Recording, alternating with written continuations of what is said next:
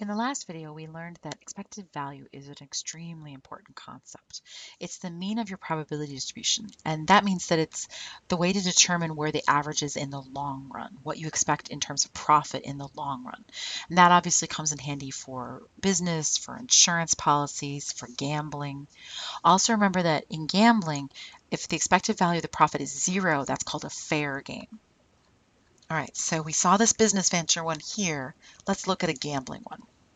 Suppose you're going to play a gambling game in a casino. You will roll 2 fair 6-sided dice, and the payout amount depends on what the highest number facing up is. So it costs $20 per play, and the winnings are listed in the table below. All right, so let's start by finding the profit. If we know that our winnings is $200, our profit, however, is only $180. And that's because you paid $20 to play. So if you pay $20 to play, that gives you 200 take away 20, which is 180.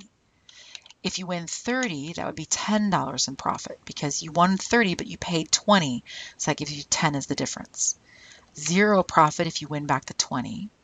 -5 profit if they give you 15 back, but you paid 20 to play, you're in the whole $5.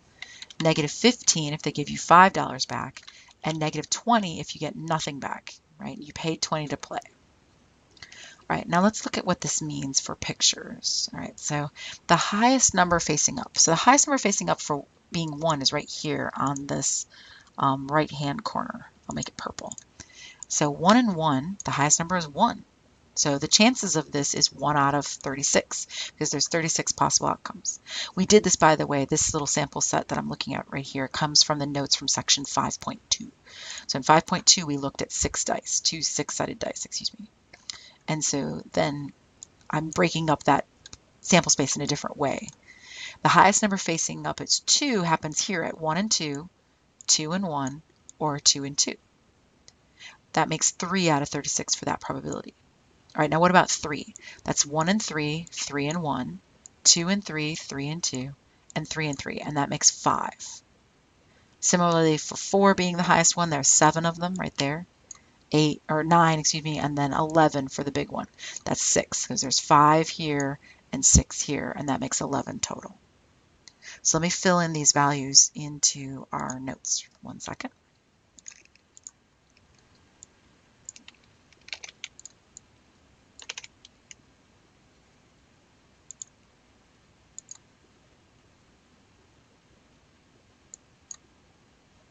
There we have them right there. So we have 1 and 3, 3 and 1, 2 and 3, 3 and 2, 3 and 3, and that gives you 5 out of 36. Then there's 7 combinations with 4, 9 combinations with 5, and 11 combinations with 6.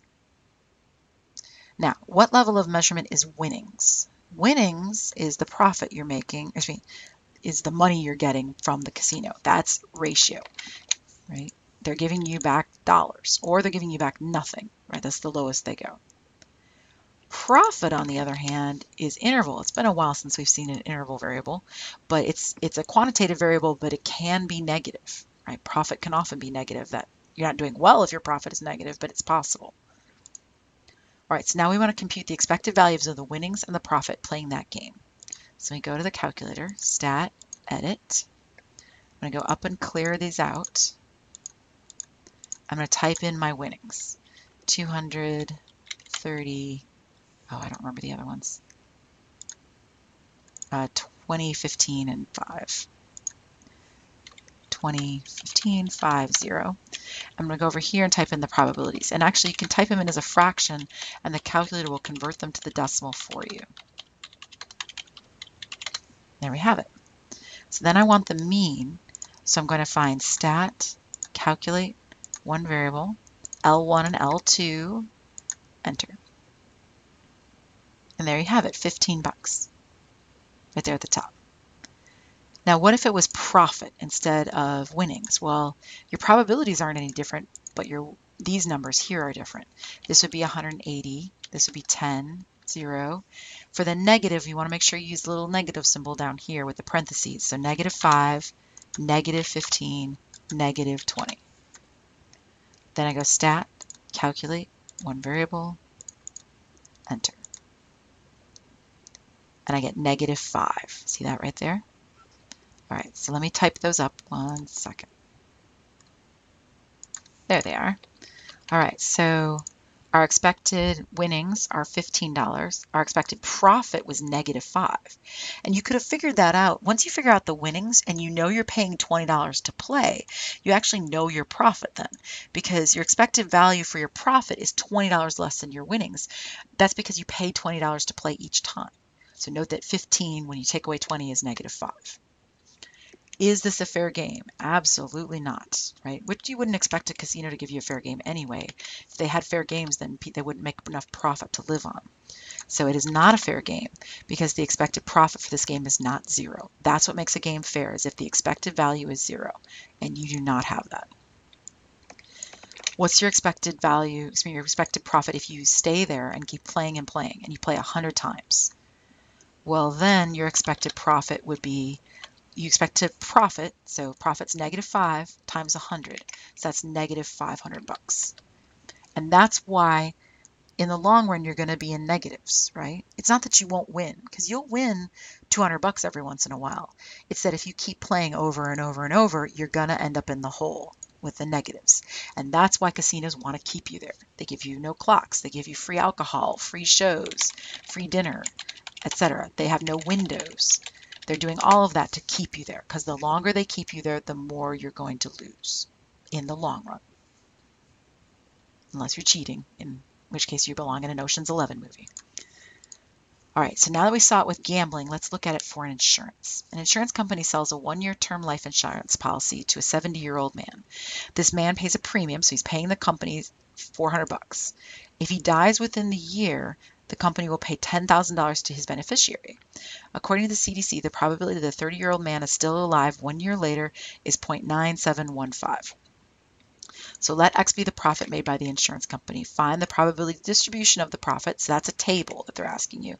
And then the expected value. So they're asking you for 2 things here. So let me start off with the probability distribution. It looks like this.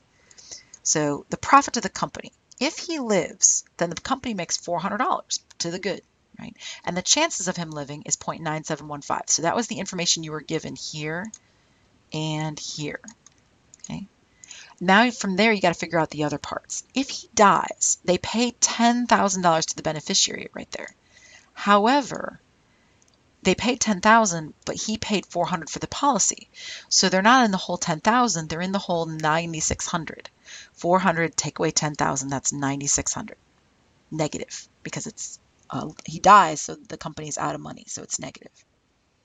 Now, the probability of these 2 things, you either live or you die. These are complements of each other. So once you know this one's 0.975, you know this one's 1 minus 0.9715, and that's 0.0285.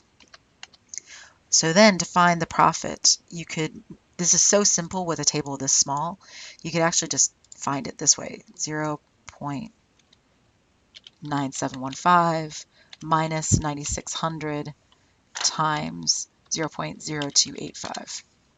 You get 115 bucks. Or if you like, you can go stat, edit, clear out this old stuff from that gambling problem earlier. And you can type 400. Now when you do the negative, make sure you do the little minus symbol right down here, negative 9,600. And then I'm actually going to use 0.9715 and 1 minus 0.9715. And hey, look, I'm right. It's 0.0285, just like I said. I'll pick one variable, stat. And there we have it, 115, just like I did when I did it by hand. So we have the profit, expected profit to be $115. Now, the company, of course, isn't making their money off of one policy. What they're going to do is they're going to sell that policy to thousands of 70-year-old men. So if they sold it to 1,000 men, that would be $115,000 in profit. See how that works? Right? So they expect to make 115 for every one of those policies, so they sell it to a lot of people. All right, let's go back to gambling. The College Student Senate is sponsoring a spring Caribbean cruise raffle. The proceeds are to be donated to the Samaritan Center for the Homeless. A local travel agency donated the cruise valued at $2,000. The students sold 2,852 raffle tickets at $5 per ticket, and there's only one winning ticket. So Kevin bought 6 tickets, trying to make, I'm sure he wins this prize. So we're going to construct a probability distribution. See that? That means you're going to make a table of your wins and your losses and stuff like that. So let me bring that in 1 second. All right, now if Kevin loses, he bought 6 tickets times -$5 per ticket, which means -30. He's in the hole $30. If he wins, that's $2,000 worth of prizes in that cruise, but he's paid $30 to play, which means he's only got a profit of $19.70. Now, the chances of winning, let's start with that. Chances of winning is a little bit easier to figure. He bought 6 tickets. Let me see it. 6 tickets right here, right there. And there were 2,852. So let me highlight these for you guys to see. So that's 6 out of 2,852. And that would be 0.0021. If you don't believe me, 6 divided by 2,852, 0.0021. If he loses, which is a much better chance of happening, that'd be 1 minus 6 out of 2,852 because they're complements of each other. Remember that from chapter 5? So that's 1 minus 0.0021, and that's 0.9979. Okay, so these numbers are what I'm going to put in the calculator. So stat, edit, clear out the old, type in the new. So we have a -30. Make sure you use the little negative symbol down here. 30, 1970. Then let's see. This would be 1 minus 6 out of 2,852. This is 6 out of 2,852. Notice that the two of them are what we said on the other page. Stat, calculate number 1. Yep. We want that, L1 and L2, because we're doing a weighted mean essentially here, or mean for grouped data, and it's -25.79. So that's part B. The probability distribution part's just this part, the table. And then the profit, right, the expected profit, that's what we just found. That's -25.79. Now notice, just for a side note, you can't actually win or lose $25 on this prize. You're either going to win 1970 or you're going to lose 30. So the expected profit isn't about this one game. It's about how it would work in the long run, right? So in other words, the expected value is not about one game. It's about the long run of many games. Oops. Sorry about that. Many games.